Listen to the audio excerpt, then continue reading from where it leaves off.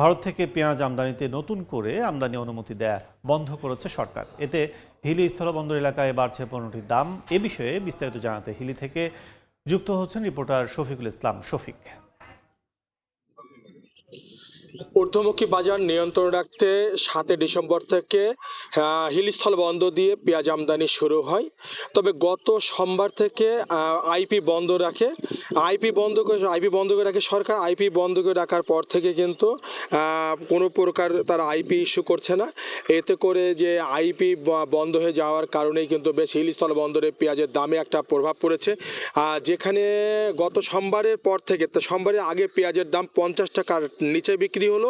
বর্তমানে প্রতি কেজি পেঁয়াজ কিন্তু বিক্রি হচ্ছে এখানে প্রায় 10 থেকে 15 টাকা বৃদ্ধি পায়, সেটা কিন্তু 60 টাকার উপরে বিক্রি হচ্ছে।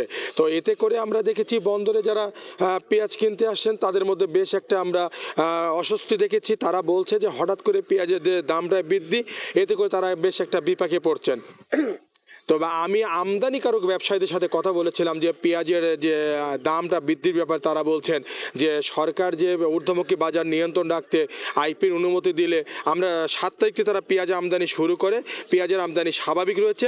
তবে আইপি নিয়ে প্রথম থেকে একটা জটিলতা তাদের মধ্যে ছিল। যারা আমদানিকারক সারা বাংলাদেশে প্রতিদিন সরকার আমদানিকারকরা আবেদন করলে তাদেরকে 30 মেট্রিক টন করে আইপি দেওয়া হচ্ছে।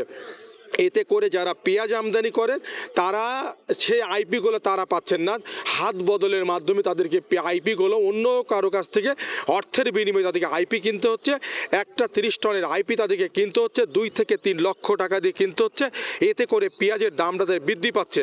তো তারা বলছেন যে সরকার যে আইপি যদি আমদানিকারকদেরকে যদি দেয়, তারা আমদানি করে, তাহলে হয়তো পেঁয়াজের দাম সহনীয় পর্যায়ে থাকতো। তাছাড়া যে গত সোমবার থেকে আজকে 4 দিন হচ্ছে, এ পর্যন্ত আজকে কোনো প্রকার খামার বাড়ির থেকে আইপি তাদেরকে ইস্যু করা হয়নি। এই পর্যন্ত আইপি তারা পায়নি। তবে যেসব পেঁয়াজ আমদানি হচ্ছে এই পূর্বে ইস্যুকৃত বা যারা আইপি পেয়েছিল তাদের আইপিগুলো পেঁয়াজ হিলিস্থল বন্দর দিয়ে আমদানি স্বাভাবিক হচ্ছে। তবে চলতি মাসের 30 তারিখ পর্যন্ত এইসব পেঁয়াজ আমদানি করতে পারবেন আমদানিকারকরা। হিলিস্থল বন্দর থেকে আইপি নিয়ে এতটুকু ছিল আমার কাছে সর্বশেষ।